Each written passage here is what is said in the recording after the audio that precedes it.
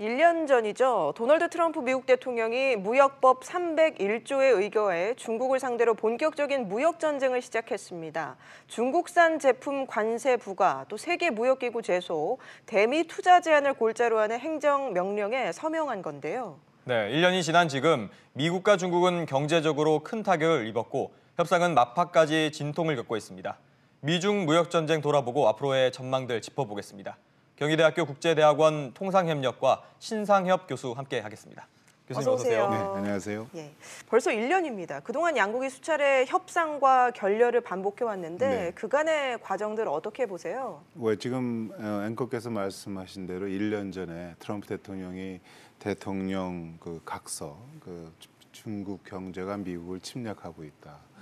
그 중요한 부분은 불공정한 방법을 통해서 미국 경제를 침략하고 있다. 그래서 그걸 막아야 된다는 게 이제 트럼프 행정부, 트럼프 대통령이 주장하는 바입니다. 그래서 지난 1년 동안 중국과 미국이 서로 경쟁적으로 보복 관세를 부과해 오고 있습니다. 예. 좀 더 자세히 설명을 드리면 작년도 7월, 8월 두 차례에 걸쳐서 미국 정부는 중국으로부터 들어오는 약 500억 불 상당의 중국 제품에 대해서 25%의 관세를 매기고 있습니다.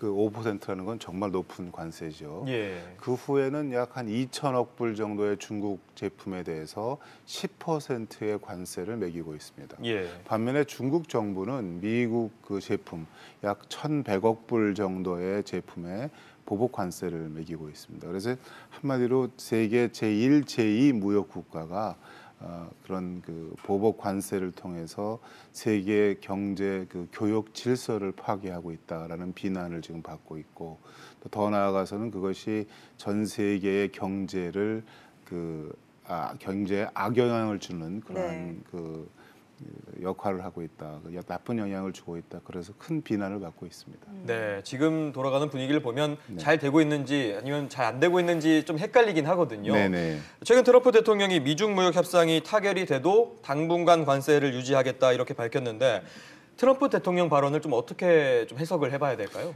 한마디로 구조적인 문제가 있습니다. 이 협상에는 예.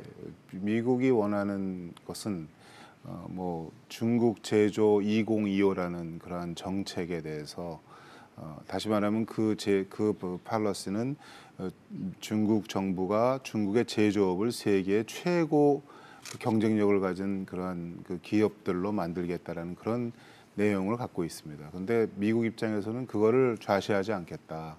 특히 불공정한 방법을 통해서, 다시 말하면 기술 이전을 강요하는 정책이라든지 지적재산권을 보호하지 않는 상태에서 미국의 그런 하이테크, 높은 기술들을 불법적으로 취득해서 경제를 발전시키고자 하는 중국 정부에 대해서 허가하지 않겠다는 게 기본적인 거고요. 예. 시진핑 정부 중국 주석이 원하는 것은 그런 것을 통해서 경제 발전을 이루겠다라는 것이기 때문에 기본적으로 서로 양립할 수 없는 그러한 구조적인 문제를 갖고 있습니다. 따라서 트럼프 대통령이 지금 하고자 하는 것은 먼저 합의가 가능한 것들부터 어떻게 보면 체면 치레를 할 수 있는 것부터 하나하나 해나가자, 그런 내용입니다.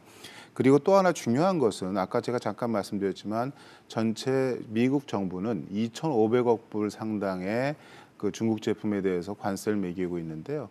아까 말씀드린 대로 500억 달러 정도에 대해서는 25%, 그다음에 2천억 불에 대해서는 10%의 관세를 매기고 있습니다. 네. 근데 원래대로 한다면 올해 1월 1일 날을 통해서 협상이 안 됐을 경우에는 아까 10%의 관세를 25%를 올리겠다라는 게 트럼프 정부의 정책이었습니다. 그런데 현재 협상이 진행되고 있으니까 그걸 잠정적으로 연기하겠다.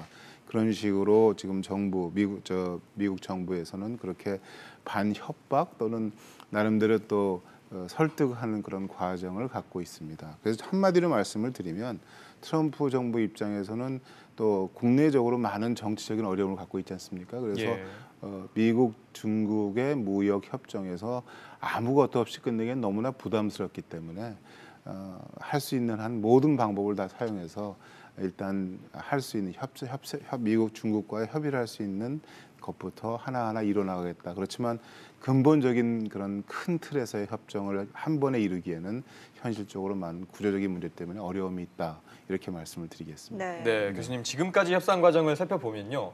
중국이 미국에 양보하는 모습이었다가 최근 들어서는 좀 강경한 모습을 보이고 있는데 이게 전략을 바꾼 겁니까? 한마디로 말하면 지금 현재까지의 그 미중 무역 협정을 보면 미국이 약간 우위를 점하고 있던 게 사실입니다. 예. 그런데 이제 다시 말하면 중국 입장에서는 약간의 저자세라고 그럴까 그런 그 자세를 협상 과정에 가져왔었는데 이제 문제가 생긴 게 뭐냐면 최근에 그 미국 그 정부 특히 트럼프 대통령이 이 협정이 이루어지더라도 즉각적인 그 관세 철폐를 하는 거를 고려해 보겠다. 할 것인지 안 할 것인지를. 그게 무슨 말인가 하면요. 아까 말씀드린 500억 달러 중국 수출품에 대해 25% 관세를 매기고 있는데 예. 미국 입장에서는 그것이 그동안에 중국이 불공정한 방법, 다시 말하면 기술 이전의 강제적인 요구라든지 그런 것을 통해서 미국 기업에 피해를 줬기 때문에 그거는 협상 대상이 아니라 너희들이 이제까지 중국이 했던 그 중국이 미국 기업에 끼쳤던 손해에 대한 보상 개념이기 때문에 그거를 협상이 타결돼도 관세를 즉시 철폐하는 거는 한번 생각해 볼 필요가 있다. 예. 단지 2천억 불에 10%의 과세를 하고 있는 것에 대해서는 관세가 철폐가 되면 그거는 한번 협상을 통해서 한번 일부 철폐하는 것을 즉시 철폐하는 것도 생각할 수 있다라는 식으로 그런 그 이해를 갖고 있고요. 접근 방법을 갖고 있는데 반해서 중국은 아니다. 지금 그게 무슨 말이냐. 이거는 협상이 이루어지는 완결되는 즉시 관세를 철폐해야 되고 그것을 얘기하는 게 공평한 합의를 해야 된다. 합의 주장이라는 거를 중국은 내세우고 있습니다. 그래서 이제 아까 말씀드렸던 그러한 관세 철폐 문제가 지금 현재 앞으로의 미중 무역 협정의 가장 중요한 그 문제로 떠올랐고요. 예. 또 하나 더 말씀을 드리면 이제 미국 측에서는 이제 그 협정문에 보복 금지 조항이라는 걸 넣어야 된다라고 지금 주장하고 있는데 중국 입장에서는 그런 게 무슨 늘 수가 없다는 받을 수 없다는 아까 첫 번째 이유와 아주 그 유사한 같은 맥락에서 입장을 취하고 있습니다. 그래서 트럼프 대통령 입장에서는 뭐 큰 전략을 바꿨다기보다는 그런 그 아까 말씀드린 그런 그 이해를 바탕으로 해서 주장하고 있는 거고요. 중국 입장에서는 사실 받기가 상당히 어려운 그러한 입장이라고 말씀을 드릴 수 있겠습니다. 알겠습니다. 예. 다음 주에 이제 고위급 협상이 시작이 되는데 네. 90일 휴전 이후에 이제 미중이 처음으로 만나는 자리입니다. 어떤 성과가 나올까요? 글쎄 저는 현실적으로 큰 성과는 기대하기가 어렵지 않겠냐. 예. 뭐 이번에 미국 무역 대표도 가고 라이트 라이저도 가고 문우신 재무장관도 가고 뭐 그분들이 갔다 온 이후에는 이제 중국의 그 양어 그 부총리가 가서 또 협상을 계속하겠다고 그랬지만 아까 제가 몇 차례 말씀드린 대로 구조적인 문제가 있기 때문에 쉽지는 않겠다. 그렇지만 여러분 잘 아시다시피 이제 미국산 제품, 그러니까 중국에서 미국산 그 수입을 확대하겠다. 또 중국의 위안화 환율 문제에 대해서 미국이 주장하는 것을 수용하겠다. 뭐 이런 정도의 것들은 그 합의를 하는 것 같습니다. 그런데 결과적으로 아까 말씀드렸던 중국 국가 주도형의 경제 시스템, 다시 말하면 메이드 인 차이나 2025 같은 정책에 대한 것들은 받아들이기가 좀 어렵지 않겠냐. 또 하나 지적재산권에 대한 미국이 주장하는 보호를 확실히 해라. 또는 기술 이전을 강요하지 말아라. 뭐 이런 것들을 주장하고 있기 때문에 그런 것들에 대한 논의가 있겠지만 그 현실적으로는 이런 부분에 대한 것들은 협의를 이루기가 이번 그 협상에서는 조금 기대하기가 어렵지 않겠냐 그렇게 생각하고 있습니다. 네. 자, 우리가 이렇게까지 미중 무역 전쟁에 주목하는 이유 가운데 하나가 바로 우리와 직결되기 때문이라고 볼 수 있는데 네. 자, 우리 무역에 미치는 영향은 어느 정도라고 볼 수 있을까요? 잘 아시다시피 이제 미국과 중국이 세계 제1위, 제2의 경제 대국일 뿐만 아니라 한국의 입장에서 보면 한국의 전체 수출의 약 25%가 중국으로 향하고 있고요. 예. 예. 미국은 한 12% 정도 됩니다. 근데 간접 수출까지 포함하면 그 비율, 특히 중국의 비중은 더 높아질 거라고 생각을 하는데 한마디로 그 미국과 중국이 무역 전쟁을 지금 하고 있는 상황에서 상당히 한국 경제에 주는 입장, 그 파급 효과는 영향은 크다라고 생각합니다. 다시 말하면 이제 미국이 요즘 요구하는 것 같이 중국 정부에서 미국 제품을 더 수입하는 걸 늘린다. 그 얘기는 뭐냐? 한국이 중국에 대한 수출의 기회를 잃을 수도 있다라는 부분이고요. 예. 또 미국 정부에서 지금 고려하고 있는 자동차에 대한 아주 높은 관세를 하겠다. 근데 여러분 잘 아시다시피 우리가 잘 아시다시피 한국의 미국 수출의 가장 중요한 그 제품 중에 하나가 자동차 아니겠습니까? 그렇죠. 그래서 예. 만약에 미국이 보호 무역주의적인 그러한 높은 관세를 자동차 수입 자동차에 부과한다면 한국의 자동차 산업이 또 크게 어려움을 받을 수 있다. 그렇게 말씀을 드릴 수 있겠고요. 전반적으로 또 하나는 미국과 중국의 무역 전쟁을 통해서 전 세계의 경제가 지금 많이 어렵습니다. 네. 예. 그 뭐 세계 경제 기구에서 그 세계 그 경제 성장률에 대한 그 잠정 그 예상치를 좀 말하고 있는데요.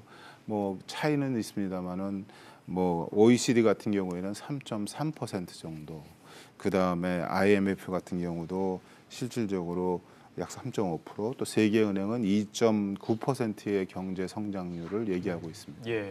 그러다 보니까 세계 경제가 이렇게 나쁜 상황으로 좀 간다라고 봤을 때 수출이 우리 경제의 주요 성장 엔진이라고 봤을 때는 한국의 수출에 좀 악영향이 있지 않겠냐. 그래서 전반적으로 봤을 때는 미중의 무역 그런 갈등, 전쟁이 한국 경제에 미치는 영향은 상당히 커질 수 있다 그렇게 네. 생각을 합니다. 네. 알겠습니다. 오늘 말씀은 여기까지 들어야 될 것 같습니다. 네. 경희대 신상엽 교수와 함께했습니다. 고맙습니다. 고맙습니다. 감사합니다.